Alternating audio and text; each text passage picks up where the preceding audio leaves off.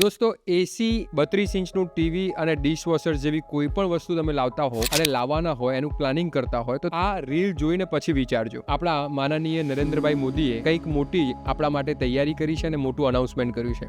એ કંઈક આવું છે. અને સાથીઓ, તૈયારી કરો. હવે અમારી સરકાર જીએસટી માં પણ રિફોર્મ કરી રહી છે અને આ દિવાળી પહેલા મોટી ભેટ સોગાદ તમારા માટે તૈયાર થઈ રહી છે.